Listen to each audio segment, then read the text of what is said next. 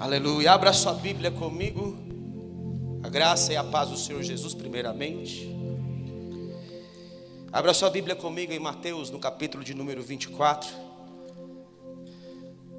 É um capítulo bem importante para os dias que vivemos. Dos sinais do reino, dos sinais da vinda do Senhor Jesus. Não vou pregar sobre a vinda do Senhor Jesus, mas vou pregar como nós devemos estar diante desta vinda. O tema da mensagem desta manhã é o Evangelho do Reino. O que de fato é o Evangelho do Reino? E se eu pudesse dar um subtítulo à mensagem de hoje, é um trono que está pronto ou um trono construído por Deus? Qual é o trono que nós queremos sentar? Num trono pronto ou num trono construído por Deus? Em Mateus capítulo 24, no versículo 14, depois de ele falar dos sinais da vinda, dos sinais do reino, ele vai dizer no versículo 14, 20: e será pregado este evangelho do reino, o evangelho do reino, por todo o mundo, para testemunho às nações. O evangelho do reino carrega com ele testemunho. O que é um testemunho? Testemunho é o que você viveu, que você experimentou, que você participou. É como João disse, o que temos ouvido, o que temos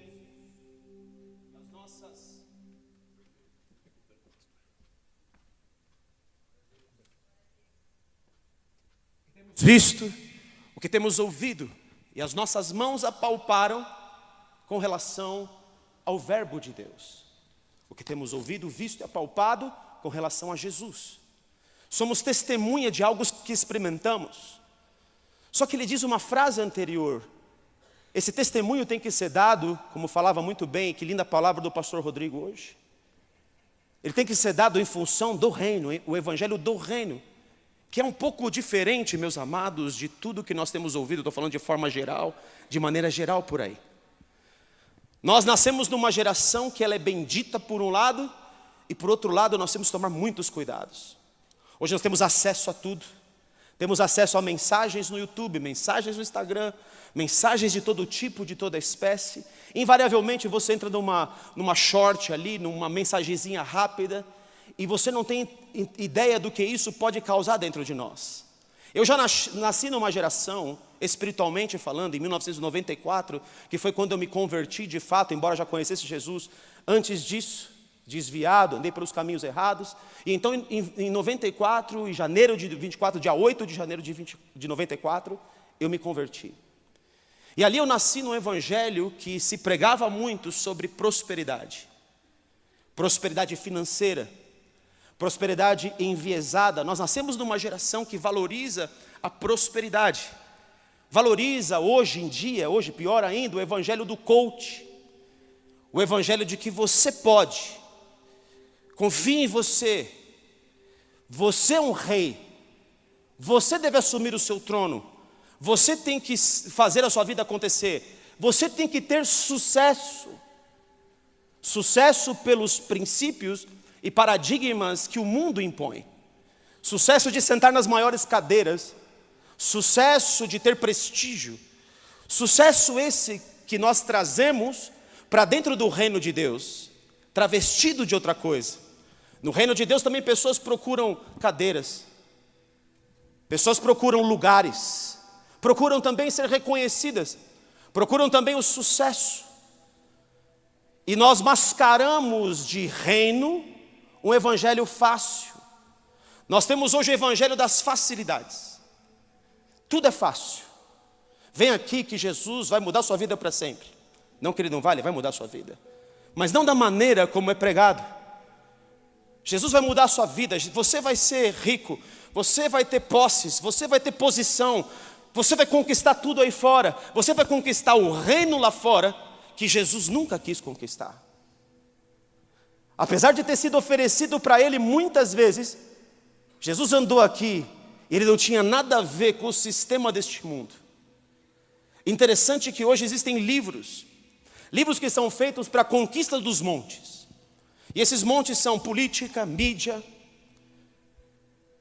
Eu lembro que eu tive um sonho, queridos, num dia que eu estava falando: Senhor, o Senhor nos dá mensagens tão poderosas. E às vezes nós temos aí 100 visualizações. Será que esse evangelho que o Senhor tem dado para nós, essa revelação que o Senhor tem dado para nós, não tem que ser mais difundida?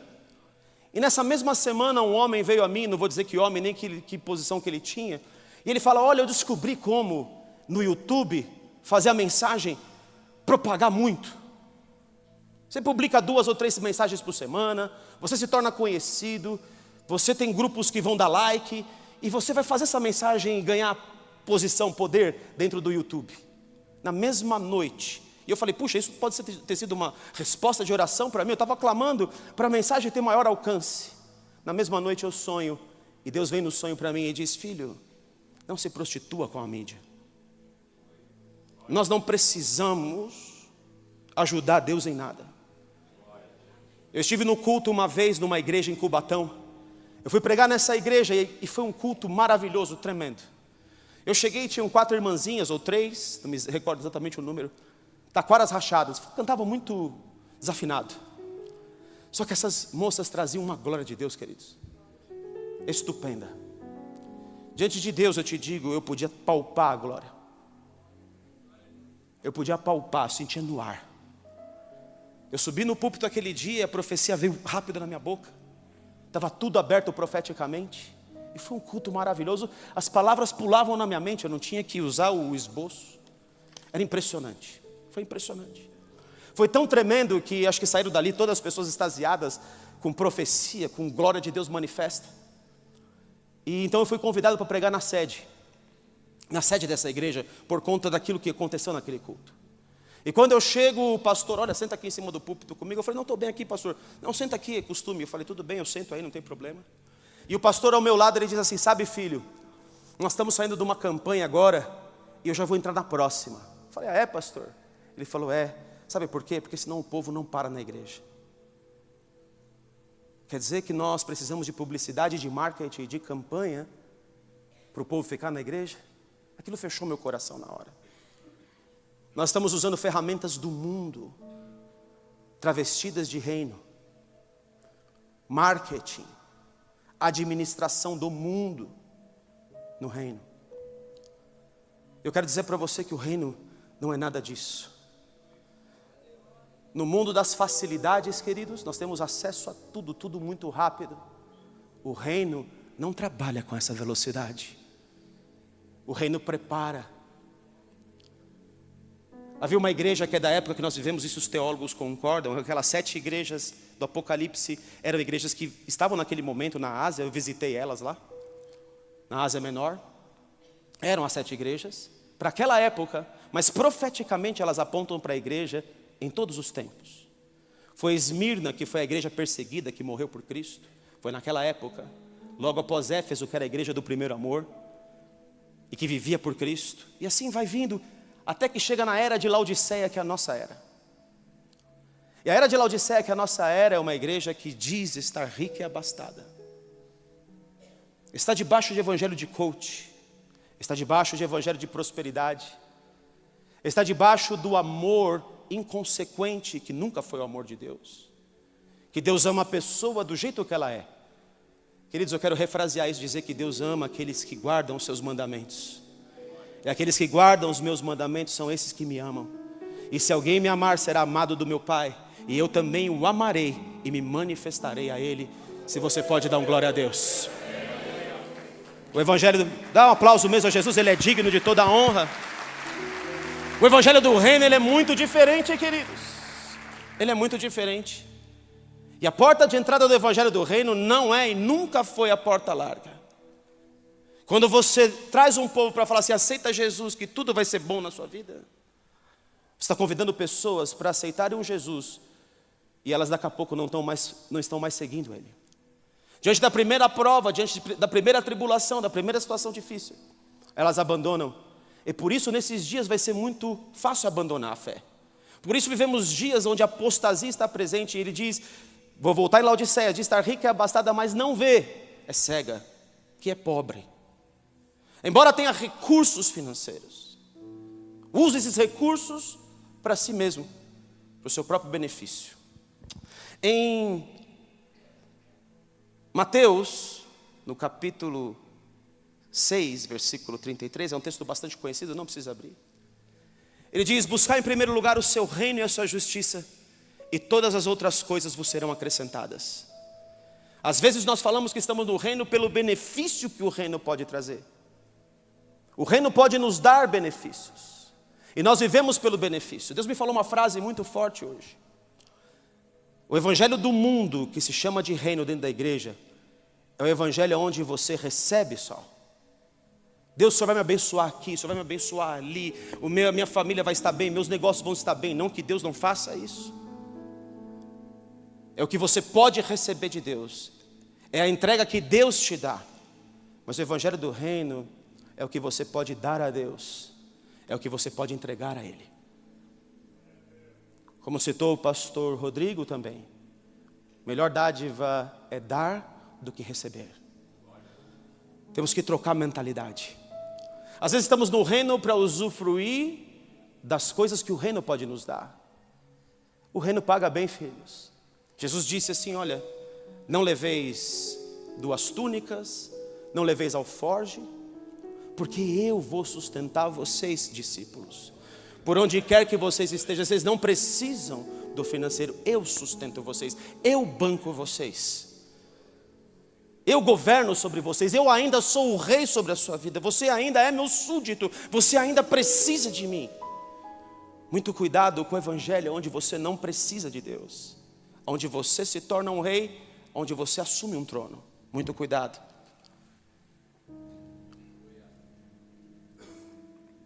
Mas o reino não paga se eu viver dessa forma. Isso que às vezes é o pior, porque o reino dá.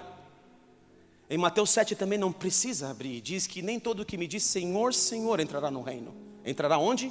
No reino. E antes de dizer isso, ele diz que a porta do reino é uma porta estreita, ela não é uma porta larga. Ela não é a porta das facilidades. Nem todo que me diz Senhor, Senhor entrará no reino, mas aquele que faz, vive a vontade do meu Deus. Ele diz: muitos hão de dizer em teu nome expelimos demônios, fizemos sinais, maravilhas. E Jesus diz para eles: mas eu não vos conheço. Apartai-vos de mim, vós que vivem na prática da iniquidade. Queridos, não adianta a gente conhecer a Deus, a gente tem que ser conhecido por Ele. E você só é conhecido por Ele se Ele de fato é o Senhor da sua vida. Há muitas pessoas que conhecem sobre Deus, mas elas não vivem Deus.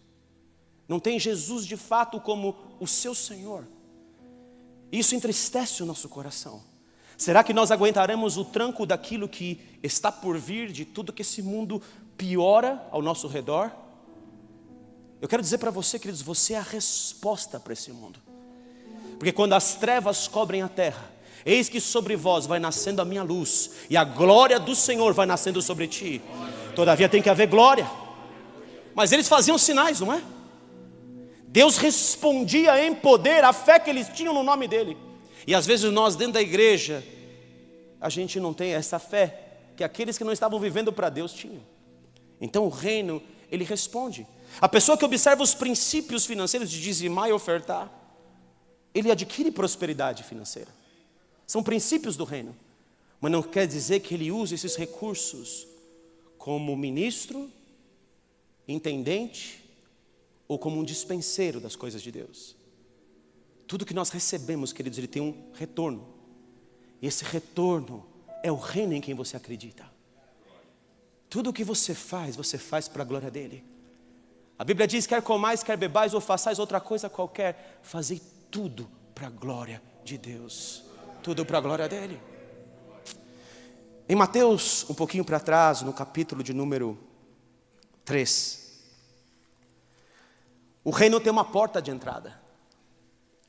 E nós não podemos negligenciar essa porta. Em Mateus 3, versículo 2 e 3 diz: arrependei-vos, porque está próximo o reino dos céus. Porque este é o referido por intermédio do profeta Isaías: voz do que clama no deserto, preparai o caminho do Senhor, endireitai as suas veredas. O que prepara o caminho do Senhor é o que João Batista pregava, chamado arrependimento. A unção que estava sobre João Batista era a unção que estava sobre Elias. Jesus disse: este é o Elias, e vocês fizeram com ele o que quiseram, era a mesma unção. Mas eu te digo que Elias já veio, e também te digo que Elias virá. Nos últimos dias, a unção de Elias, ela volta sobre nós. E essa unção que João Batista pregava é a unção que chama nós, cada um de nós, ao arrependimento. Eu posso ouvir um amém? Arrependimento do quê? Dessas coisas que nós queríamos no mundo e que nós devemos deixar de querer. Por isso o próprio João Batista diz, ele fala então o que nós faremos. Quando João Batista batizava, ele fala assim: olha, o que roubava não roube mais. O que governe, governe com compaixão no coração. Não segundo os princípios do mundo da arrogância, do arrancar a lã das pessoas que trabalham. Não, não é dessa forma que se governa. O que você fazia no mundo, não busque as posições que você buscava no mundo. Não busque o dinheiro para si próprio. Não busque essas coisas. Muitas pessoas acham que elas vão ser valorizadas se elas tiverem o dinheiro. Olha como eu prosperei, olha como Deus me abençoou. Isso pode impactar pessoas no reino, até no reino de Deus. Mas o que impacta Deus é o que você faz com essas riquezas que você acumula. Por isso é muito perigoso nos dias de hoje, querido, o evangelho da prosperidade, ou querer trazer o mundo e dar uma roupagem para o mundo de igreja. E eu estar aqui, eu tenho que ser muito sincero com o meu coração. O que de fato eu estou fazendo aqui nessa manhã, na quinta-feira que vem, nos dias, que eu faço com os dias da semana, o que eu faço com a minha vida diante de tudo isso, como eu lido com isso. A porta do reino, ela é uma porta estreita. E quando você vem para o evangelho fácil, se a raiz da árvore, ela é fraca, toda árvore é fraca. Por isso vemos hoje em dia, queridos, um povo fraco. Eu quero dizer que não aqui na Casa Firme, em nome de Jesus, mas estou dizendo de uma forma geral. Então eu só estou falando cuidado com a contaminação do que existe por aí sendo pregado. Muito cuidado. Isso é muito pregado desse púlpito pelo próprio apóstolo. Cuidado com o evangelho do coach. Cuidado com esse evangelho de ter, da sanguessuga, dá. Não seja a sanguessuga do reino. Me dá. Na verdade, seja o semeador do reino. Seja alguém que não está andando por esse dia, mas seja alguém que está andando pela eternidade, irmão. Seja alguém que olha o reino dos céus, aonde a traça e a ferrugem não corrói o teu recurso. Seja alguém que olha para a glória de Deus, que faz tudo pela glória, que faz tudo pela eternidade. O jovem rico, por causa do recurso imediato que já estava nas mãos dele, ele falava com Jesus de vida eterna. E Jesus disse: você conhece os mandamentos? Não adulterarás, não roubarás, não dirás falso testemunho, honra teu pai e tua mãe, e honra teu próximo como a ti mesmo. E o jovem rico disse: tudo isso tem te observado. Ele diz em Mateus 19: uma coisa te falta. Vai, vende tudo o que você tem. Vai, vende tudo o que você tem pelo reino. E eu te garanto, você vai ter um tesouro no céu, lá onde a traça e a ferrugem não corrói. E eu vou te dar a honra de me seguir. Mas o jovem rico vai embora triste, porque o trono que ele tinha estabelecido nessa terra era muito grande. Era muito importante para ele. Mas nessa hora cai a ficha de Pedro. Ele fala: então, quem de nós pode ser salvo? E Jesus disse: isso é impossível, homem, mas para Deus tudo é possível. E Pedro cai a ficha dele e diz: Senhor, nós tudo deixamos e te seguimos, o que será de nós? Jesus diz para ele: vocês que tudo deixaram e me seguiram, vão ter aqui mesmo 100 vezes mais. Que deixaram mãe, pai, filhos, esposa. Não é deixar de abandonar. Ele me colocou em primeiro lugar diante dessas pessoas. Pedro tinha uma mulher, mas ele seguiu Jesus. Ele pagou um preço de seguir Jesus.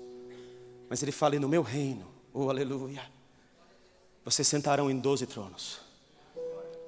Não é um trono fácil. Tem um trono fácil, que é o trono que Satanás te propõe. Ele é rápido, ele corta caminho, ele vem fácil. Satanás te propõe. Em Mateus mesmo, no capítulo de número 4, depois de Jesus ser batizado,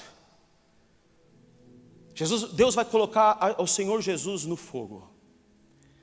Ele é levado pelo fogo, pelo próprio Espírito de Deus. Eu já vou adiantar uma frase aqui. João Batista disse, em 3,17, eu vou até ler já. Não é 3,17 não.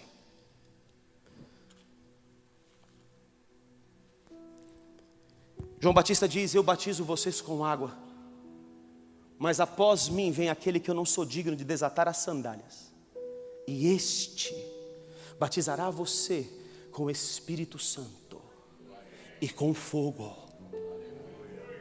Nós precisamos, a porta de entrada no reino, queridos, é arrependimento.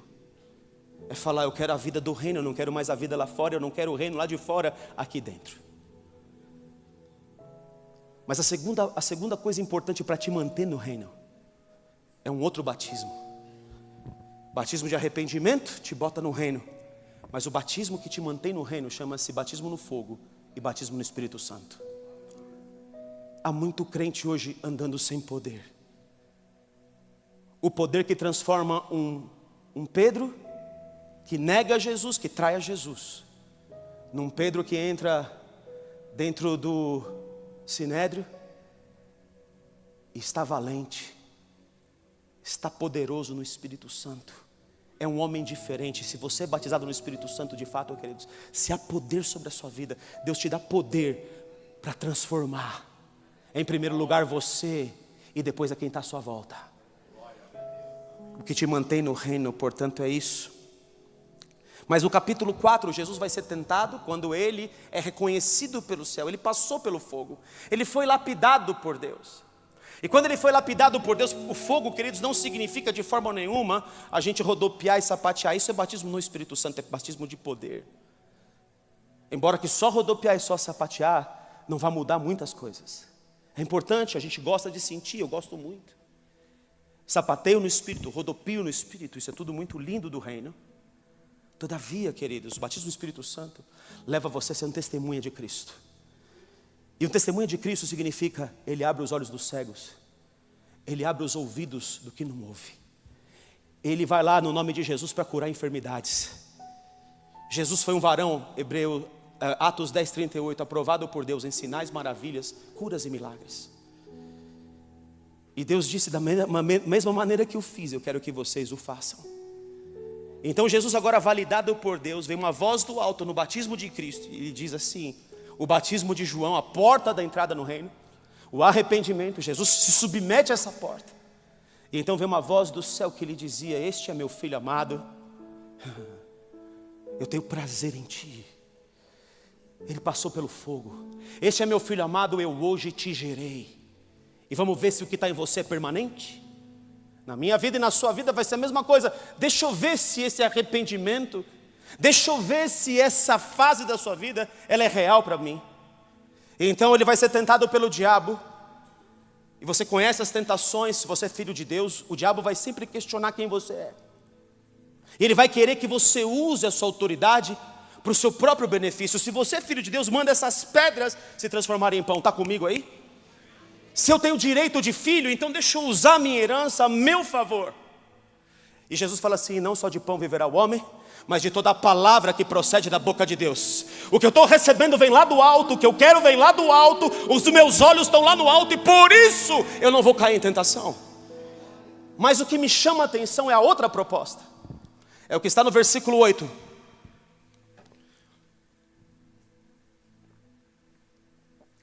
Levou-me ainda o diabo a um monte muito alto, mostrou-lhe todos os reinos do mundo e a glória deles.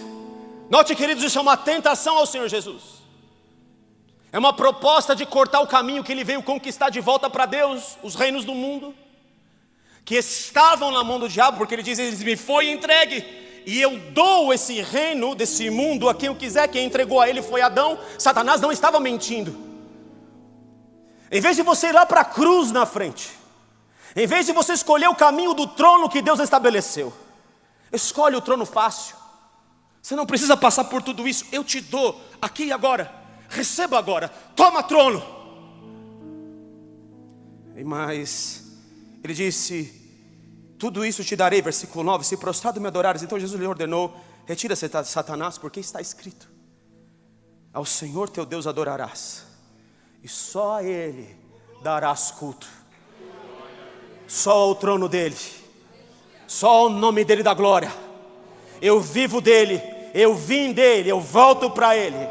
Eu me despido de toda a glória que estava ali. Que glória pode me oferecer? Sabe, querido, quando nós temos uma visão de reino, nós não somos enganados no nosso caminho. O que te mantém de pé é a visão que você tem e o poder de Deus que te absorve.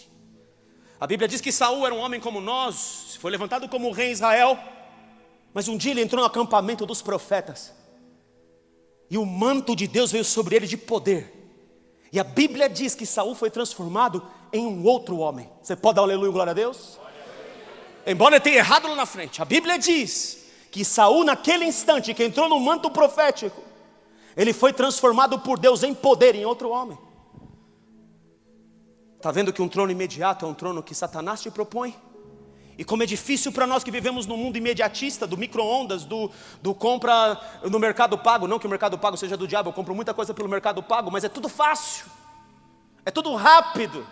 Você tem à sua disposição tudo o que você quer. E no reino, queridos, Deus vai trabalhar você até o dia que Ele puder dizer a seu respeito: este é meu filho amado, eu hoje te gerei. É isso que Deus quer gerar dentro de nós, meu amado, minha amada. Ele quer gerar um filho que Ele ama. E já dissemos qual é o filho que Ele ama. Do começo ao fim da vida do Senhor Jesus, Satanás tentou provocá-lo, Satanás tentou dissuadi-lo até o último instante. O último instante, eu quero que você abra em Mateus mesmo, no capítulo 27. Olha que interessante que é isso, queridos.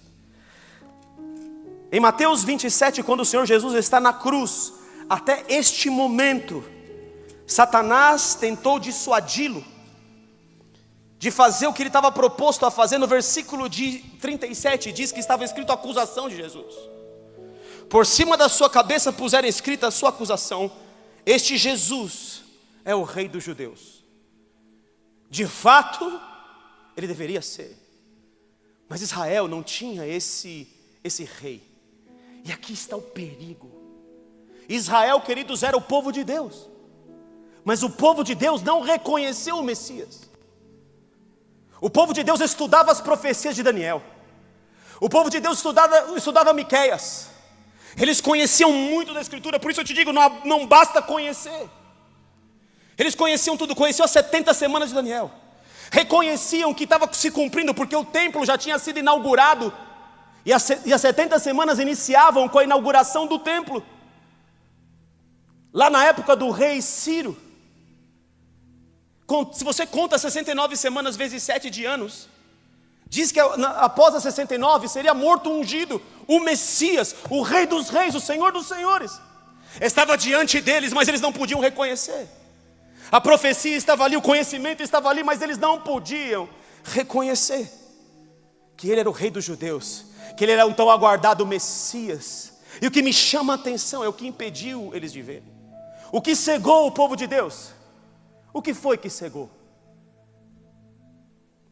No versículo 40, se levanta e diz: ó tu que destróis o santuário, em 3 dias o reedificas, salva-te a ti mesmo, se és. Olha como no começo ele fala: se você é filho de Deus, manda as pedras transformarem em pão. No final, se você é filho de Deus, desça da cruz, largue o propósito. Ainda há tempo, Jesus, ainda há tempo para nós. Sabe qual é o nosso problema muitas vezes, queridos? Nós ficamos agonizando na cruz e não morremos nunca. Mas só pode experimentar poder de ressurreição quem morre para esse mundo, quem toma a cruz e segue. Só pode experimentar poder de ressurreição aquele que segue os passos do Senhor Jesus. Em 1 João 2,6, aquele que vem a mim, aquele que tem que andar como eu andei. Nós devemos andar como Jesus andou. Versículo 42, salvou os outros, a si mesmo não pode salvar-se, é rei de Israel, desça da cruz e creremos nele. Confiou em Deus, pois venha livrá-lo agora, se de fato lhe quer bem, porque disse: sou filho de Deus. O diabo vai estar sempre questionando quem você é em Deus. Se você é de fato a imagem de Deus, se você é de fato uma testemunha de Deus na terra. Você está comigo aí, queridos? Então, para que você viva isso, tem que ter fogo na sua vida. E o batizador com fogo e com o Espírito Santo, o nome dele é Jesus Cristo. Ele quer batizar você no fogo, ele quer purificar você. A Bíblia diz em Malaquias 3 que ele está sentado com a potassa na mão do lavandeiro, que lava os nossos erros. Ele está sentado e diante dele tem fogo do ourives que purifica aquele que está com problema. É por isso que a igreja de Laodiceia, ele fala assim: eu rogo que compres de mim o ouro refinado pelo fogo, aleluia. Só que note, ele está fora dessa igreja porque ele não é entronizado nessa igreja. Ele está batendo na porta para entrar. Mas eu declaro que aqui, queridos, ele já entrou. Ele entrou porque você está escolhendo o caminho não fácil, você está escolhendo o caminho de reino. E o caminho de reino vai te levar para uma glória manifesta, uma glória de avivamento. Você vai andar nessa terra carregado de poder. Você vai mostrar o que é ser testemunha de Cristo nesse lugar, aqui, ali e acolá. Você vai ser tomado em unções que nunca ninguém viveu. Nós temos o privilégio de nascer nessa geração, mas temos que ter olhar de reino, ótica de reino. Por isso que ele fala: compre de mim, na igreja de Laodiceia, colírio para os olhos, para ver. Então eu vou vir na porta e vou bater. E se alguém ouvir minha voz e abrir essa porta, eu vou entrar e vou fazer pacto. Eu vou ceiar com ele. Eu vou devolver a comunhão. Eu vou devolver o acesso à minha presença que Adão e Eva tinham. Note que a estratégia do diabo é a mesma desde o princípio. Ele ofereceu um trono para Eva. Você, Eva, será como Deus, conhecedora do bem e do mal. Então come, sacia o seu desejo. A Bíblia diz que Adão tinha comunhão com Deus. Eva não sabia.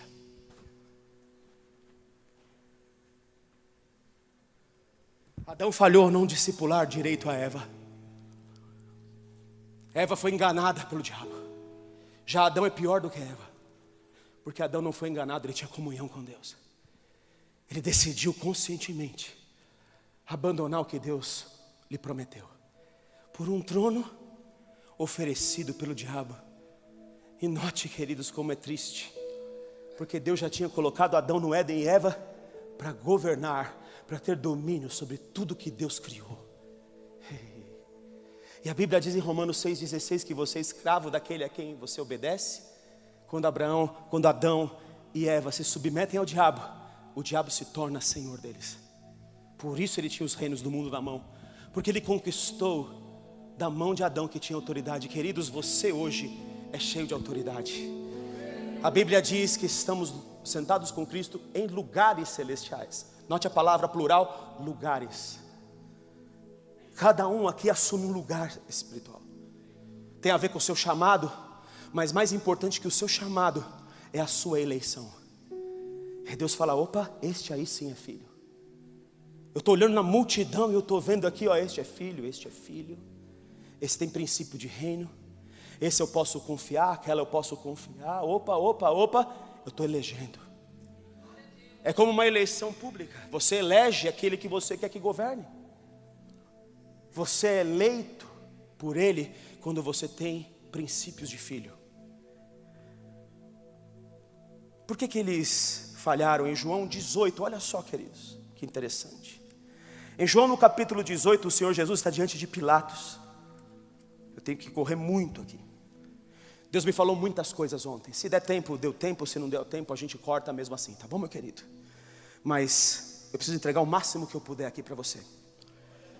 São palavras que vão te levar para o céu. São palavras que vão mudar a nossa visão de reino. Tornou Pilatos a entrar no petróleo, versículo 33 do capítulo 18. Chamou Jesus e perguntou-lhe: és tu o rei dos judeus? E respondeu Jesus: vem de ti mesmo essa pergunta? Alguém que te perguntou? Ele fala: esse é o povo que perguntou para mim. Versículo 36, respondeu Jesus: o meu reino não é deste mundo. O reino de Deus é completamente do reino que nós queremos possuir. Jesus nunca quis possuir a Roma. Ele nunca quis tomar o controle de Roma. Mas haviam discípulos, haviam pessoas que entendiam que Jesus tinha que tomar o governo sobre Roma, como Davi tomava, como Davi guerreava e conquistava. Mas Jesus estava tomando o reino de outra maneira, porque o reino de Deus não vem com aparência visível. Oh, glória a Deus! Jesus estava governando sem dizer que estava governando. Ele estava mexendo com estruturas, ele estava revolucionando, ele estava acabando com a religiosidade, o farisaísmo, com a cegueira espiritual. Querido, ainda que você tenha sido cego espiritual até hoje, eu declaro em nome de Jesus que os anjos de Deus, eles estão aqui nesta manhã com colírios na mão, para abrir os nossos olhos, oh glórias. No versículo 12 do capítulo 19, vai ter uma coisa aqui que vai ser interessante. Os judeus, eles tinham um destaque no reino de Roma. Os fariseus, os que serviam a Deus, era permitido a eles que tivessem a sinagoga deles, que cultuassem, que governassem sobre o povo. E era isso que os fariseus queriam. Eles queriam governo, eles queriam posição, eles queriam ser reconhecidos. Note, queridos, como muito dentro da igreja nós queremos isso. Veja como os nossos olhos também estão turvos, como os olhos deles estavam. E você acha que eles não reconheceram o Messias, e nós reconheceremos o tempo da nossa visitação? Não é diferente conosco, se nós não estivermos ligados nos princípios do reino. A partir do versículo 12, deste momento, Pilatos procurava soltar o Senhor Jesus, mas os judeus clamavam: se soltas a este, não és amigo de César. Meu Deus, todo aquele que se faz rei é contra César. Eles, porém, clamavam: fora, fora, crucifica-o. Disse-lhe Pilatos: hei de crucificar o vosso rei? Responderam os principais sacerdotes. Olha a resposta: não temos rei senão César. Já estavam vendidos para o sistema deste mundo, já estavam vendidos para o evangelho fácil. Por isso, queridos, Jesus não voltou, porque o que precisa ser pregado aí fora é o evangelho do reino. Então virá o fim. Está comigo aqui? Está me entendendo? Qual é o seu papel importantíssimo nesse final dos tempos? Onde você já vê os sinais, mas o Senhor quer trazer a você, que você seja uma testemunha real de quem é Cristo. Em Mateus 23, vamos ver o que estava no coração deles para aceitarem César como rei e não Jesus como rei. Em Mateus 23 tem várias frases que o Senhor Jesus diz e chama eles de cegos muitas vezes. Em Mateus 23, no versículo 2 diz: por quê? Na cadeira de Moisés se assentaram os escribas e fariseus do legalismo, da religiosidade, do apontar de dedo, do dedo em riste, do julgar o irmão. Cadeira de Moisés, cadeira da lei. Versículo 5: praticam, porém, todas as suas obras com o fim de serem vistos dos homens. Querem aparecer, querem destaque. Amam, versículo 6, o primeiro lugar nos banquetes. Querem posição. Tem o evangelho de que Deus te coloca por cabeça e não por cauda. Mas o que é ser cabeça e não cauda? O que é ter sucesso mediante o reino de Deus? As saudações nas praças, os serem chamados mestres pelos homens. Mas quem está falando isso está em vermelho na sua Bíblia aí? Quem está falando tudo isso é o Senhor Jesus. E Ele diz: ai de vós, escribas e fariseus hipócritas, vivem uma mentira, porque fechais o reino do céu. Vocês fecham o reino com as atitudes que vocês tomam dos homens, pois vós não entrais, nem deixais entrar os que estavam entrando.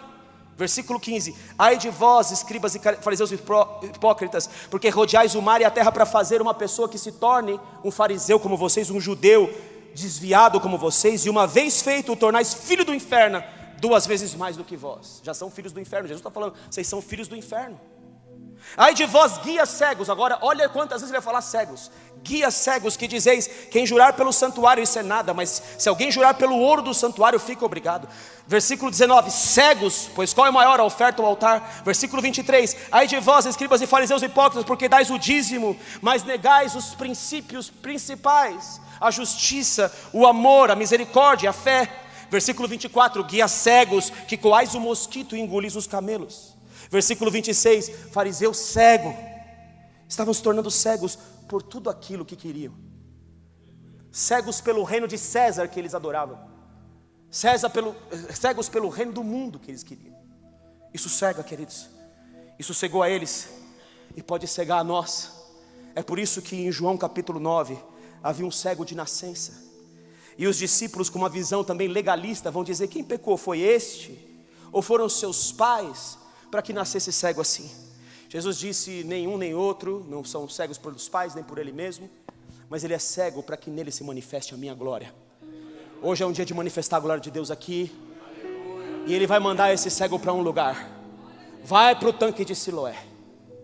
Ele passa lodo nos olhos, porque foi com lodo que ele fez Adão e Eva, e agora eu preciso refazer esse homem, eu preciso abrir a visão dele. E Jesus manda esse cego, dito isto, cuspiu na terra, versículo 6. E tendo feito lodo com a saliva, aplicou-lhe aos olhos, dizendo: vai, lava-te no sangue, no tanque de Siloé. Que quer dizer, no enviado. Eu preciso te enviar, eu preciso que você faça a sua comissão. Ele não vai à toa para o tanque do enviado. Ele foi, lavou-se e voltou vendo. No versículo 13, levaram ele para os fariseus. E era sábado, o dia que a religião que fecha os olhos achava que não podia ser feito milagre. No versículo 16, por isso alguns dos fariseus diziam: este homem não é de Deus, porque não guarda o sábado. Estavam fechados para ver Jesus, embora Jesus fizesse sinais do reino. O próprio cego vai dizer: quando desde a eternidade se ouviu que alguém abriu os olhos a um cego de nascença? Sabe, queridos, o reino dá sinais. Os sinais do poder de Deus, eles apontam para o rei desse reino. Jesus diz assim: se eu expulso os demônios pelo dedo de Deus, em Lucas 11, certamente o reino de Deus é chegado a vós. O reino de Deus chega a nós com poder. E eu não posso negligenciar o poder desse reino. Eu não posso fechar os meus olhos para o poder desse reino. Eles estavam com os olhos fechados e tinha um cego diante deles, cujos olhos foram abertos. Mas nos últimos versículos, quando esse cego finalmente se encontra com Jesus, uma coisa interessante: os pais dele, embora vissem que ele era cego de nascença, quando o Senhor Jesus, quando os fariseus vão lá e perguntam: este aí era seu filho que nasceu cego? Ele fala: olha, não vamos nem dizer porque ele idade tem. Pergunta para ele: mas sabe por que eles disseram isso? Está escrito aqui. Disseram isso porque eles não queriam ser expulsos da sinagoga. Eles não queriam ser expulsos do status que eles tinham. Eles não queriam ser expulsos disso. Eles amaram mais a glória do homem do que a glória de Deus, tendo o próprio filho sendo curado pelo Senhor Jesus. Meu Deus do céu, como é difícil, como o nosso coração, meus irmãos, é duro. Nós temos um coração duro para os sinais do reino. Os sinais na estrada te apontam: cuidado, vem uma curva perigosa, pare, radar. Os sinais apontam para algo. Esse sinal de curar um cego, querido, apontava para um reino que já tinha chegado. Eles não viam. Ele expulsa os demônios por Beelzebul, que é o texto que eu citei. Ele fala: mas se eu expulso os demônios pelo dedo de Deus, então em vez de estar próximo ao reino de Deus, agora o reino de Deus chegou a vocês. Posso ouvir um amém, um aleluia? E Deus está esperando que você se levante como uma testemunha dessa: olha, hoje aqui chegou o reino. Hoje aqui o cego vê, o surdo ouve, o paralítico anda. Hoje aqui um poder nunca visto, e obras maiores serão feitas para glorificar o nome do rei desse reino. Os recursos eram depositados aos pés dos apóstolos. Os apóstolos pegavam os recursos como dispenseiros, como intendentes, e eles distribuíam às pessoas do reino à medida que havia necessidade. Está comigo aí, querido? Está vendo os recursos voltando para o reino? Os apóstolos que andaram em avivamento. Mas nesse reino havia um Ananias e Safira, em Atos capítulo 5, não precisa abrir.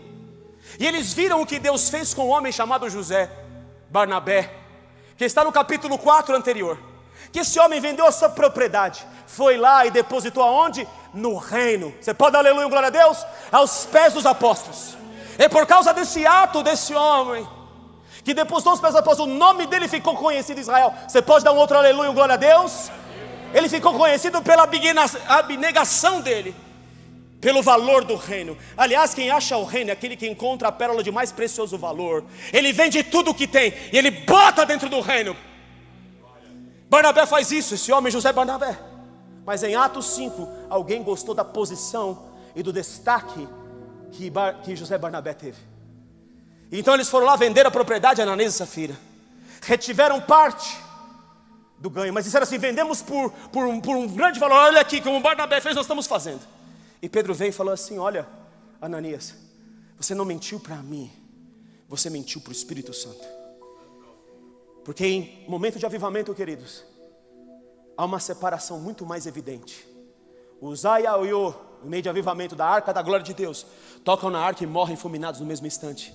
Ananias e Safira, em tempo de avivamento, morrem fulminados no mesmo instante, porque queriam prestígio, posição. É isso que estava no coração deles. Você está me entendendo? Está entendendo a linguagem dessa manhã? Está entendendo que nós não devemos querer? Está muito evidente e muito claro. Então o evangelho do reino é um evangelho de poder. Eu vou pular algumas coisas aqui. No caminho de Emaús, em Lucas 24, abra rapidamente lá. Haviam 2 discípulos. 2 discípulos após a morte do Senhor Jesus. E esses discípulos estavam perdidos, porque não entenderam, e o pior que estava cegando eles, queridos, era a visão deturpada de reino para esses homens também. Diz aqui no versículo 15: aconteceu que enquanto conversavam e discutiam sobre o próprio Jesus, se aproximou e ia com eles. Eu quero dizer para você, meu amado, o Senhor Jesus está conosco aqui nessa manhã. E eu sei que Ele está passeando no meio da igreja. E eu sei que Ele está olhando no nosso coração. Como Ele andou no meio dos 7 castiçais das 7 igrejas, Ele está andando aqui nessa manhã. Ele está procurando filhos. Aconteceu que enquanto conversavam, discutiam, o próprio Jesus se aproximou e ia com eles. Os seus olhos, diga os seus olhos, porém estavam como que impedidos de o reconhecer. Por quê? Então Jesus lhe perguntou: por que vocês estão preocupados? A preocupação te cega. O dia de hoje te cega. A Bíblia diz no outro versículo, que diz: tratando à medida que caminhais, e eles pararam entristecidos, estavam tristes, preocupados, tristes. Mas o pior está no versículo 21. Ora, nós esperávamos que fosse Ele quem havia de redimir a Israel, mas depois de tudo isso, é já este o 3º dia desde que tais coisas sucederam. Esperávamos que fosse esse que seria rei em Israel, do jeito que eles esperavam. Nós montamos para nós, queridos, o trono que nós queremos, o Deus que nós queremos, da forma que nós queremos. É muito sério isso que eu estou te dizendo.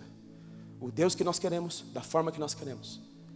A Helena Tanuri, aquela pastora, ela disse uma frase: nós queremos o Deus fofinho, que sempre vai nos abençoar, o Papai Noel. Nós queremos um Deus que vai fazer isso conosco, que vai nos tratar que nem um fofinho, meu fofinho, minha fofinha. Não é? Eu gostei muito dessa frase dela. Nós quando a gente vem na igreja, a gente só quer receber de Deus, a gente só quer um Deus fofinho. Aliás, esse Deus fofinho, ele não se preocupa do jeito que eu estou. Pode vir, faz parte aqui da minha casa. Ele é fofinho. Mas nós temos um Deus, filhos, que é Pai. E o pai que ama o filho, ele repreende o filho. O pai que ama o filho, ele faz o filho passar pelo fogo para purificar esse filho. O pai que ama o filho, ele traz caráter para o filho. Aliás, esse filho foi predestinado a ser conforme a mesma forma da imagem do filho dele. E o nome dele é Jesus. Dá glória a Deus! É isso que você é. Quer ser filho amado? Ouviste que foi dito: amarás o teu próximo e odiarás o teu inimigo. Mateus 5, ali no versículo 40 e pouco por ali. Eu porém vos digo: amai os vossos inimigos. Orei por aqueles que vos perseguem, para que vos torneis filhos. Você tem que amar o que te odeia. Você tem que orar por aquele que te persegue. Ele está fazendo um reboliço aqui. Ele está mexendo com você, filho. Ele está tirando você da sua cadeira. Eu preciso mexer com você para tirar você da sua cadeira, do teu conforto. Eu estou aqui para trabalhar você. O Espírito Santo, ele está aqui para convencer o homem. O ministério do Espírito Santo do pecado, da justiça e do juízo. Tudo isso vai acabar, mas vocês são ministros da minha justiça, da minha misericórdia, aleluia. Eu quero levantar uma igreja que tem poder, mas que sustenta o poder. Quantos avivamentos acabaram? O de Pensacola, por exemplo, porque o pastor caiu com a secretária e passava paralítico do outro lado da rua e levantava da cadeira sem ter nada a ver com o culto. Mas era avivamento, era poder. Mas se não tiver fogo, queridos, esse avivamento é capenga. Você está comigo aqui? Se não tiver pureza, se não tiver princípio certo, se não olhar para o lugar certo, nós todos estamos fadados ao fracasso. Essa mensagem desse dia é para te preparar para ser um ministro de avivamento. Eu estou preparando você. Não grite se está doendo. Dá glória a Deus porque dói. Porque assim fizeram com os profetas. Perseguiram os profetas, mataram os profetas. Deus quer colocar você no lugar de governo. Só que esse governo não vem fácil. Ele custa caro. Ele é de graça, mas custa caro. Custa todo o seu empenho, custa todo você, cada pedaço, cada milímetro de você. Não há mais tempo para não sermos testemunhas. A glória de Deus se manifestava sobre a arca do testemunho. Havia um testemunho de Deus nessa arca. Havia palavra dentro dessa arca. Havia a ressurreição do cajado de Arão dentro dessa arca. Havia o sustento que vem do céu, o maná dentro dessa arca. Oh glória! Tem isso aí dentro de você. Eu quero saber, tem isso aí dentro de você, meu irmão. O Senhor está te perguntando. Você é a resposta, testemunha de Cristo. É testemunha que vai sentar no trono. Aliás, em Atos capítulo 1, já estou pulando tudo aqui. Oh glória. Atos 1. Oh glória. Estou pegando fogo aqui. Há um arbusto queimando diante dos seus olhos. Que o arbusto do fogo de Deus, da glória de Deus, atraia você nessa manhã. Eu escrevi o primeiro livro, Teófilo, relatando todas as coisas que Jesus começou a fazer e ensinar, até o dia que, depois de ter dado mandamento por intermédio do Espírito Santo aos apóstolos que escolhera. Judas não foi escolhido, ele tinha a chance de ser escolhido.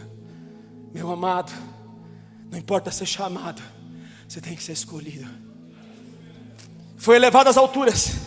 A este ele se apresentou por 40 dias, com muitas provas incontestáveis. Diga, provas incontestáveis.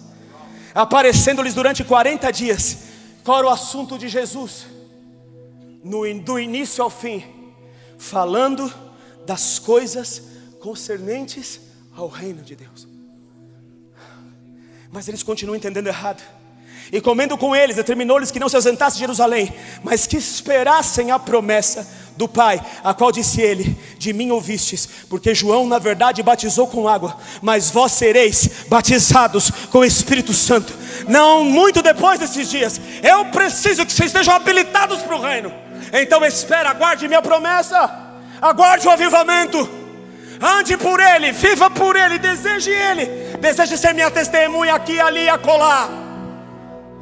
Então os que estavam reunidos lhe perguntaram ao Senhor: será este o tempo em que restaures de novo, focados no reino físico, o reino de Israel? Mas Jesus falava com eles de reino. Só que a gente, queridos, entende errado esse negócio de reino. A gente que acha que é reino sobre Bolsonaro ou é Lula, é Trump que tomou um tiro ontem. O que é nosso reino? Ah, não, agora o Trump vai reinar e vai governar a direita. Deus está no negócio. Queridos, eu quero dizer para você: o Trump não é rei, o Lula tampouco. O rei é aquele que está sentado no alto e sublime trono. Ele é rei, ele tem o governo, ele estabelece reis e ele depõe reis. Ele está no controle de tudo. E se nós temos um rei mau, é para nós aprendermos a sermos bons. Porque o rei é ministro de Deus, Romanos 13. É a espada de Deus para o bem e para o mal. É nós que permitimos. É uma igreja que acha que o Bolsonaro é que vai livrar o país. Queridos, quem vai livrar esse país é o seu joelho no chão, é a sua oração, é trazer esse reino do céu. Isso vai mudar o país. Da glória. Respondeu-lhes: não vos compete conhecer tempos ou épocas que o Pai reservou pela sua exclusiva autoridade. Isso pertence a Deus. Mas eu vou falar de reino com vocês. Recebereis poder. Nós estamos aqui, já andamos em poder, já somos avivalistas, já vimos o cego ver, o surdo ouvir, paralítico andar, o coxo andar aqui diante dos nossos olhos. Já vemos pessoas em lugares que nós fomos serem todas, às vezes exceção de uma, curadas. Um dia eu disse para o Senhor, dentro do hospital, quando meu pai, no dia seguinte eu ser ungido pastor, meu pai foi para o hospital com pancreatite. Nada passava a dor dele. E eu falei: Senhor, hoje, ali sentado no hospital, Hoje é para ser, amanhã é para ser o dia mais feliz da minha vida. O Senhor está confirmando aquilo que o Senhor me chamou para ser um pastor do teu reino. E meu pai está aqui. Onde está o Deus que ele entrava no lugar e todos eram curados? Eu ainda creio que esse Deus existe. Não só pelo meu pai que está aqui, Senhor, mas por cada família que está aqui dentro, porque a compaixão entrou no meu coração. Cada família que está aqui dentro que sofre hoje, porque eu ainda creio no seu reino. Sabe, amados, meu pai ficou no hospital. Um amigo meu da igreja ficou com meu pai aquele dia. Deus não respondeu a minha oração naquela hora. Muitos anos depois, Deus respondeu a minha oração. Muitos anos depois, Ele mandou um profeta aqui chamado Epi Minimiliano, para compartilhar, como meu pai, o apóstolo Issan, disse, o dom dele conosco. Naquele dia, eu possuí o avivamento de Deus na minha própria vida. Deus já me usava uma vez ou outra em cura. Deus já me usava profeticamente, mas naquele dia, queridos, entrou de um jeito diferente e forte. Nunca mais parou. Eu estou tomado por esse poder. Transformou a minha vida. Transformou não a minha família, porque eu perdi todos, mas transformou alguns de vocês. Tem transformado pessoas lá em Portugal. Tem transformado pessoas no globo terrestre. Vai transformar mais. Mas isso é só uma fagulha. Deus não quer um avivamento pessoal somente. Ele quer um avivamento coletivo. Só que começa, querido, com você buscando o sobrenatural. Você precisa querer. Posso ouvir um amém aqui? Deus não quer você numa cadeira e sem exercer poder, porque o reino do Espírito é um reino de poder. Paulo diz em 1 Coríntios 2:4: o meu evangelho e a minha pregação não consistiram em palavras persuasivas de sabedoria humana, mas em demonstração e manifestação do poder e do Espírito. Você pode dar um aleluia e glória a Deus? Está entendendo para que você foi chamado? Por isso que Paulo diz em 2 Timóteo capítulo 6, não precisa abrir.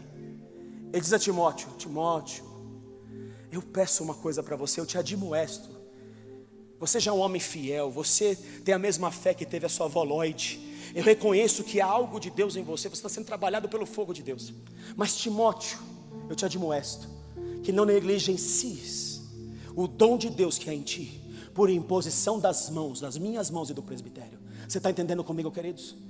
Deus quer que você ande no evangelho de poder, que demonstre o testemunho de Cristo. Se Jesus, Ele morreu e ressuscitou, então isto vai acontecer aqui, nesta manhã, naquele outro dia, vai acontecer. Você está comigo, está me entendendo, meu amado, minha amada? O que Ele espera de você, como é o reino de Deus que Ele se exerce. Vou pular um monte de coisa a mais aqui. Vamos lá, estou caminhando para o final da mensagem. É difícil pregar tudo que Deus me disse. Então vamos pular porque é importante. Êxodo capítulo 3. Eu vou encerrar em mais uns 10 minutos no máximo, tá bom? Você está comigo aí? 12:15. Vamos nesse target meu aqui? Nesse alvo. Êxodo capítulo 3. Quando Moisés é chamado, há um fogo que atrai Moisés. É o fogo da presença de Deus, mas ele vai mudar a visão de Moisés. Apacentava Moisés um rebanho. Mais um pausa para a água.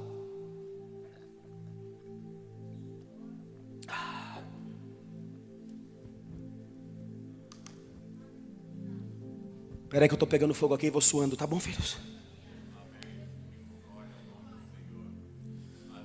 Aleluia. Apacentava Moisés o rebanho de Jetro, seu sogro, sacerdote de Midian, e levando o rebanho como um dia normal, um dia comum, como hoje de manhã. Ninguém está aqui por acaso. Posso ouvir um amém aqui? É com você a mensagem dessa manhã? É com você? E levando o rebanho para o lado ocidental do deserto, chegou ao monte de Deus, a Horebe. Apareceu-lhe o anjo do Senhor numa chama de fogo. Os pastores são os anjos da igreja. O anjo de Deus está pegando fogo. Há um arbusto pegando fogo diante dos seus olhos. No meio de uma sarça, Moisés olhou e eis que a sarça ardia no fogo, e a sarça não consumia. Então disse consigo mesmo: irei para lá e verei essa grande maravilha, porque a sarça não se queima. Você está disposto a sair do seu lugar e vir ver o fogo pegando fogo aqui? Você está disposto a sair do seu conforto? Está disposto a atender o chamado de Deus nessa manhã? Está disposto a se tornar um elegível por Deus? Está disposto a ser chamado filho de Deus? Está disposto a carregar o poder de Deus? Está disposto a ser uma testemunha de Cristo, custe o que custar? Você está disposto? Você precisa se mexer, meu irmão, minha amada. Desperta, tu que dormes. Que aqui não haja ninguém dormindo, mas todos estejam acordados para aquilo que Deus está falando. Vendo o Senhor que ele se voltava para ver, Deus no meio da sarça, vendo que ele se voltou para ver, chamou e disse: Moisés, qual é o seu nome? Deus está chamando o seu nome hoje. Mas primeiro o fogo tem que queimar. Primeiro tem que ser batizado no fogo. O fogo tem que chamar a sua atenção. O ser puro como noiva sem rugas nem manchas para ele tem que chamar a sua atenção. Deus continuou: não te chegues para cá. Tira o seu modo antigo de caminhar. Arrepende-te. Para andar comigo tem que entrar pela porta de te deixar o passado para trás, a sua forma de caminhar, as suas sandálias para trás. Disse ainda o Senhor: certamente vi a aflição do meu povo que está no Egito, e eu vim te chamar, Moisés, para você ser uma testemunha. Mas quem eu vou dizer que está libertando eles? Eu tentei lá com a minha força, não deu certo. Quem que eu vou dizer, Senhor, que está libertando esse povo? Ele diz para ele, quando Moisés não acredita em nada, quando ele já está destruído, quando a força dele já não existe mais, quando Moisés já não é, repita comigo: quando Moisés já não é, quando Moisés já não tem trono, quando ele já não é o herdeiro do Egito, porque ele era filho da filha de Faraó, quando ele já tinha aberto mão dos tronos oferecidos a ele. Hebreus 11 diz que ele rejeitou ser chamado filho da filha de Faraó. Ele rejeitou os tronos de Satanás. Ele rejeitou o caminho fácil. E um dia que ele já não era mais nada, um fogo chama ele. Porque esse fogo já tinha trabalhado ele em toda a jornada. Posso ouvir um amém aqui? Quando Moisés não é, ele vai conhecer o nome de Deus, que na Bíblia está escrito, vai dizer para eles que eu sou. Esse nome não tinha sido revelado até então. Diz a eles que eu sou te enviou. Só que o interessante, queridos, é que o nome no original não é eu sou. Não é o eu sou o que sou. É muito mais poderoso que isso. Eu serei o que serei. Eu sou aquele que te dá uma visão de futuro. Eu sou aquele que te dá uma visão de eternidade. Ninguém tem governo sobre o futuro. O Senhor se apresenta a Moisés como aquele que tem controle pleno sobre tudo o que virá. Você pode dar um aleluia, glória a Deus? O Senhor quer mudar a nossa visão, tirar a nossa visão, a nossa pequenez, do que nós não podemos, e colocar os nossos olhos naquilo que Ele planejou para nós vivermos. E é por isso que depois disso Ele fala: lança o teu cajado aí. Eu preciso dar poder de testemunha para você, Moisés. Mas lá na frente, no final, prestes a entrar em tudo que Deus prometeu, preste muita atenção nisso. O homem que Deus testifica que era o mais manso da terra. Você conhece a história, está em Números 20, não precisa abrir.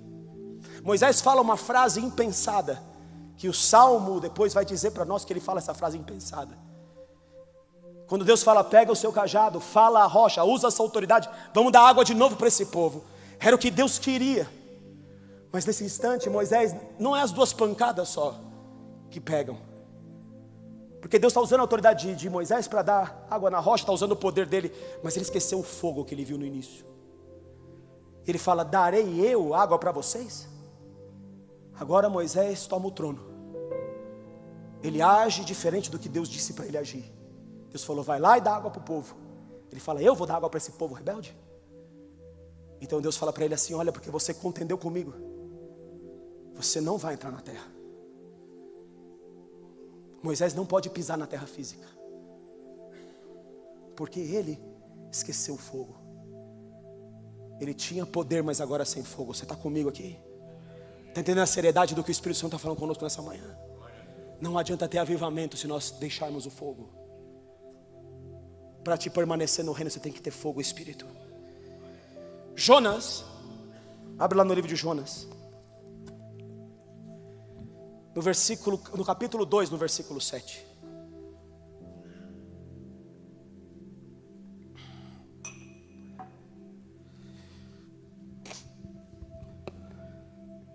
Quando dentro de mim desfalecia a minha alma, eu me lembrei do Senhor quando eu estava dentro da barriga do peixe.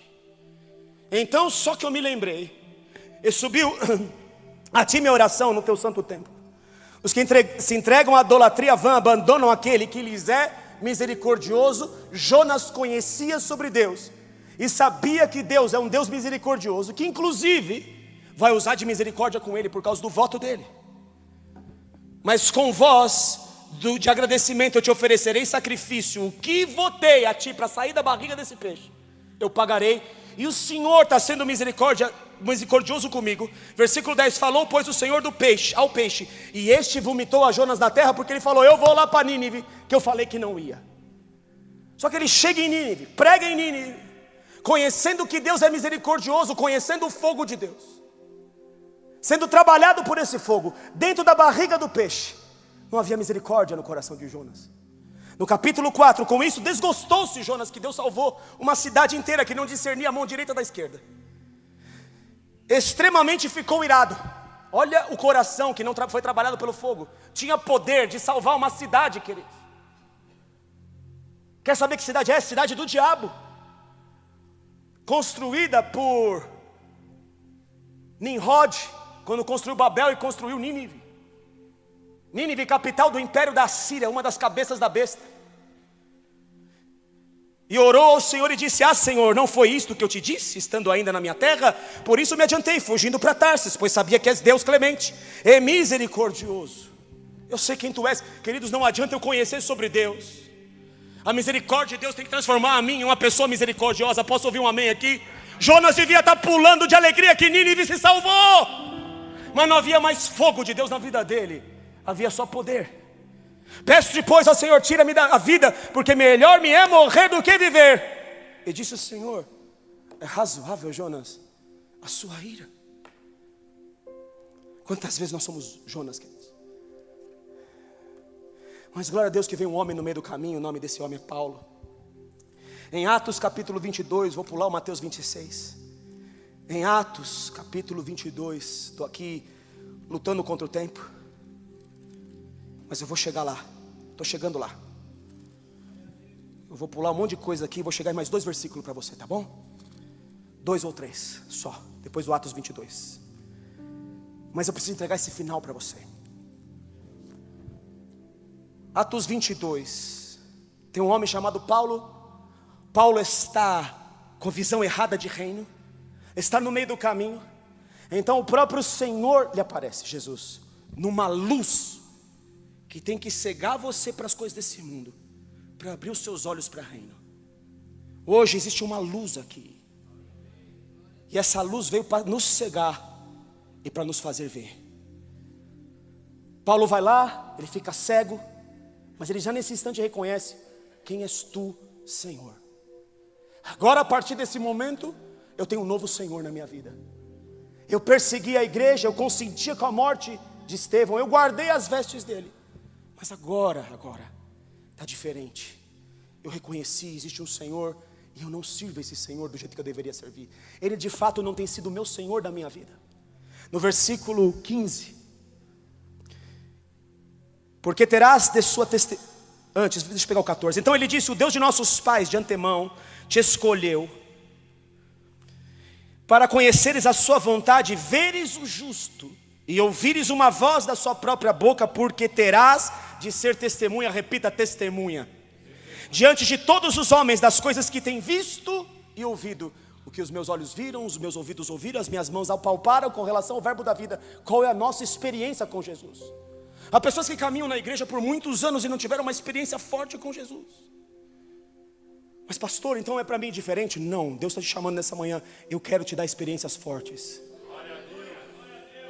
Eu quero te dar experiências fortes. E agora, por que te demoras? Levanta-te, recebe o batismo e lava os teus pecados, invocando o nome dele. Te arrepende, Paulo. Tendo eu voltado para Jerusalém, enquanto eu orava no templo, sobreveio-me um êxtase, e vi aquele que falava comigo: apressa-te, sai logo de Jerusalém, porque essa Jerusalém que hoje vive, essa religião que hoje vive, não receberão o teu testemunho ao meu respeito. E Paulo insiste: mas Senhor, versículo 19, eles bem sabem que eu encerrava em prisão e nas sinagogas açoitavam os que criam em ti. Quando se derramava o sangue de Estevão, a tua testemunha, eu também estava presente e consentia nisso, e até guardei as vestes dos que matavam. Mas ele me disse: vai, porque eu te enviarei para longe aos gentios. O povo não estava recebendo, estava de olho fechado, não conseguia interpretar os sinais do reino, não tinha visão de futuro, estava com a sua visão voltada para si mesmo naquele lugar. Eles estavam tão cegos que no capítulo 7 ele cita o Estevão, cujas vestes vão impulsionar, as vestes apostólicas de Estevão, do primeiro apóstolo, porque ele fala para os apóstolos: receberei poder ao descer sobre vós o meu espírito, e sereis minhas testemunhas, os mártires que darão a vida por mim, em Jerusalém, Judeia, Samaria e confins da terra. Esse é o chamado dos apóstolos, os quais eles não exercem, porque eles ficam preocupados em trazer o banquete para o povo. Mas Estevão, que foi chamado só para ser diácono, para servir a mesa, só não, principalmente Estevão, ele sai dali e ele vai pregar o evangelho. Ele vai pregar o evangelho onde ninguém estava indo, porque Deus falou para ser testemunha em Jerusalém, Judeia, Samaria e confins da terra. Estevão simplesmente vai. Ele primeiro que atende ao comissionamento apostólico. É por causa das vestes dele que Paulo vai se levantar. Ele vai usar dessas vestes para se levantar como o maior apóstolo que viveu depois do Senhor Jesus. Versículo 54 diz que Estevão estava pregando para um povo, mas Estevão tinha tanto fogo quanto espírito sobre a vida dele. Ouvindo eles, os judeus, enfureciam-se no seu coração e rilhavam os dentes contra ele, porque ele mostrava o pecado, a religiosidade do povo. Mas Estevão, cheio do Espírito Santo, fitou os olhos no céu. Aquele que está cheio do Espírito Santo, que tem fogo e Espírito, os seus olhos se abrem para ver reino. Você pode dar um aleluia, um glória a Deus? E viu a glória de Deus e Jesus, que estava na sua direita, e disse: eis que vejo os céus abertos, e o Filho do Homem em pé à destra de Deus. Eles, porém, clamando em alta voz, taparam os ouvidos, e unânimes mataram ele, arremeteram contra ele, e lançando-o fora da cidade, o apedrejavam. As testemunhas deixaram suas vestes aos pés de um jovem chamado Saulo, e apedrejavam Estevão, que invocava e dizia: Senhor Jesus, recebe o meu espírito. Então, ajoelhando-se, clamou em alta voz: Senhor, não lhes impute este pecado. Tinha muito fogo nele ainda. Ele ainda amava o que apedrejava, ele amava o perseguidor, ele amava aquele que queria matá-lo, que acabou de matar. Mas eu quero chamar sua atenção, é que os olhos de Estevão se abriram. Ele viu o trono. Uma pessoa que anda dessa maneira, Deus vai mostrar a ela o trono. O trono. O Senhor quer nos mostrar trono nessa manhã.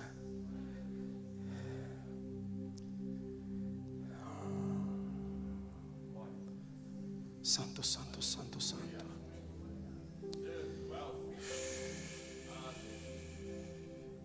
Santo, santo, santo, santo. Renda-se, meu irmão, a Ele. Renda-se a Ele. Renda-se, renda-se, renda-se nessa manhã. Tinha um homem que nem judeu era. Na verdade ele era um centurião romano, chefe de 100. Está em Atos capítulo 10, você não precisa abrir. Eu vou encerrar com 2 versículos. Ao dizer que Cornélio era um homem que estava no mundo, mas tinha mais comunhão com Deus do que muito crente. O que abre os olhos dos discípulos do caminho de Emaús é quando eles agem de misericórdia com aquele que caminha com eles, que eles não sabem que é Jesus. Quando os discípulos do caminho de Emaús, no Lucas 24 que a gente estava lendo, eles estão andando com Jesus e não reconhecem que é Ele, embora seu coração estivesse ardendo. Jesus fala: eu vou passar adiante porque eu preciso ir. Então a misericórdia do fogo volta a queimar no coração deles. Eles dizem: não faça assim contigo. Não diz a palavra que a gente, sem saber, hospedou anjos? Eles hospedaram muito mais que um anjo. O que o Senhor quer devolver a nós, queridos, é a comunhão.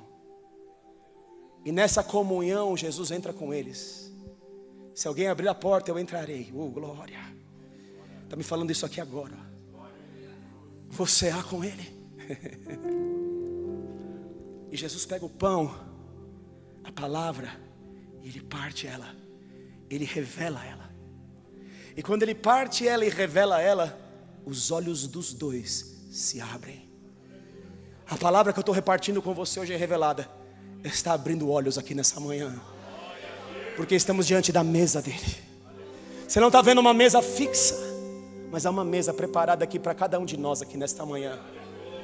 E eu encerro ao dizer em Apocalipse 20, tudo começa com um trono e termina com um trono. Existe uma marca que é a marca da besta, que ela está para chegar nos últimos dias. E a Bíblia diz em 2 Tessalonicenses 2 que muitos apostatarão da fé. Sabe por que apostatarão? Porque já apostataram. Eles já abandonaram a Deus por um outro evangelho mais fácil, que não é o evangelho que você vai seguir. Amém, meu querido, minha querida?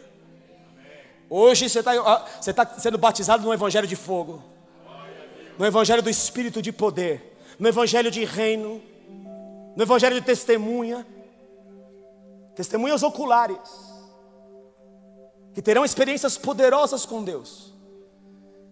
A Bíblia diz que essa marca é aquele que não vai comprar nem vender quem não tiver a marca. Hoje, queridos, eu não tenho mais nem cheque, eu não tenho mais dinheiro em papel. Você tem? Você paga tudo no celular, não é? Agora imagina o seguinte, amanhã chega alguém e fala assim: olha, você tem um cadastro único aí, que o Brasil já está na frente, não é isso? E você não vai comprar nem vender se você não tiver esse cadastro único, e se você não comparecer. Mas pior, se você não vier adorar o meu sistema. Lembra a música que tocava por Nabucodonosor? Quem diante da música não se prostrar diante de mim, do meu sistema, vai morrer. Mas glória a Deus, haviam 3 homens, Sadraque, Mesaque e Abednego. Posso ouvir um amém? Amém? Olha, rei, fica sabendo o seguinte: nós servimos a um Deus, e se esse Deus quiser que a gente viva, a gente vai viver. Mas se Ele quiser morrer, nós morremos por Ele. Mas nós não nos prostraremos diante do seu sistema, diante do seu trono. Oh, glória a Deus! Se passar pelo fogo não se queimará, se passar pela água não submergirá. Este é o poder dos últimos dias, que Deus quer que você ande nele. O Senhor está levantando testemunhas nesta casa, na casa que é firme. Dá glória a Deus, dá glória a Deus nessa casa. Seja um crente de fogo, seja tomado pelo Espírito. Por isso o Reinhard Bonk pregava evangelismo por fogo. Havia fogo na vida daquele homem. Você não ouviu nada do Reinhard Bonk, porque havia fogo na vida dele, mais do que o poder do Espírito, que também havia em abundância. Na verdade haviam as duas coisas. Para encerrar Apocalipse 20, o trono que Deus está preparando para você. Então vi descer do céu um anjo, tinha na mão a chave do abismo e uma grande corrente. Ele segurou o dragão, a antiga serpente, que é o diabo, Satanás, e o prendeu por 1000 anos. Lançou-o no abismo, fechou e pôs selos sobre ele, para que não mais, o ministério de Satanás é enganar as nações, para que não mais enganasse as nações, até se completarem os 1000 anos. Depois disso, é necessário que ele seja solto por pouco tempo. Não vou entrar em debates teológicos aqui. Vi também tronos, diga tronos. Diga assim: tronos preparados. Preparados para mim. Diga: preparado para mim. Não é trono fácil não. Repita comigo: não é trono fácil não. Viram aqueles os quais foi dada autoridade de julgar? Não, vi também tronos, e nestes sentaram-se aqueles aos quais foi dada autoridade de julgar. Vi ainda as almas dos decapitados, que morreram sem cabeça, por causa do testemunho de Jesus, bem como por causa da palavra de Deus. Tantos quantos não adoraram a besta, nem tampouco a sua imagem, a imagem do governo do mundo, e nem receberam a marca na sua fronte e na mão, e viveram e reinaram com Cristo pelos 1000 anos. Você pode dar um aleluia? O que está guardado para uma testemunha, O que está guardado por aqueles cristãos que morreram lá na primeira igreja. O que está guardado por alguém que se levanta como testemunha, quer você viva, quer não. Seja lá o que for, o seu negócio é o reino dos céus. E eles morreram e viveram. E para quem acha que a igreja não passará pela tribulação, o próximo versículo, um pouquinho para frente, diz: esta é a primeira ressurreição. A ressurreição de todos os santos, de todas as épocas, só ao término de tudo. Mas o que é lindo, queridos, é que se levantarão tronos. Há aqueles que viverão por Cristo, escondidos por Deus. Há aqueles que morrerão por Cristo, para glorificar o nome de Jesus. Mas esses que foram decapitados por Cristo, eles têm uma promessa maravilhosa. Tem trono para vocês. Oh, aleluia, tem trono para vocês. Não precisa abrir, mas em Marcos 10, para encerrar aqui mesmo. E vou dar meio de e-mail, pensei que era meio de 15 e pulei um monte de coisa. Você não tem noção de tudo que Deus falou comigo ontem. Para você, porque Deus se importa com você. Vem Tiago e João e diz assim para Jesus: deixa, Senhor, que nos assentemos um à sua direita e o outro à sua esquerda no teu reino. O que eles estão querendo é posição. O que eles estão querendo é um lugar. Eles estão com motivo errado no coração. Mas Jesus não responde para eles: note isso, você não pode. Ele diz: vocês estão dispostos a beber o cálice que eu vou beber? Vocês poderiam beber o cálice? E esse, queridos, não é nem batismo no fogo nem no Espírito. Chama-se batismo no sofrimento. Esse muito crente não quer. Aquele de você suar gotas de sangue como Jesus no Getsemane, para não negar o Senhor.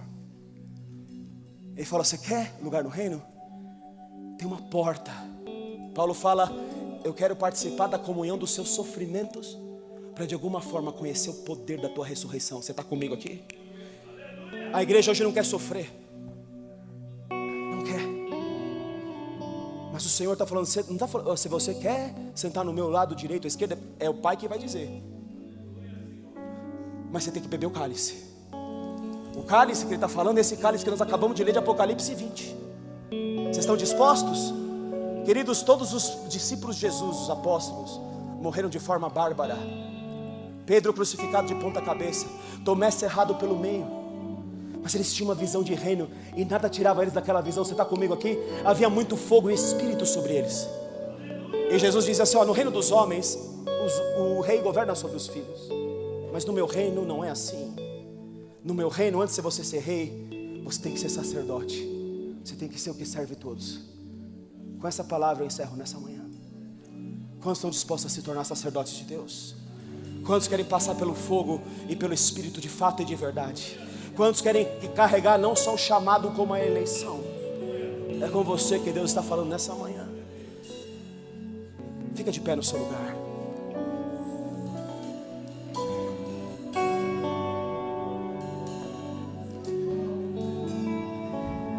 Vamos louvar o Senhor antes da gente encerrar.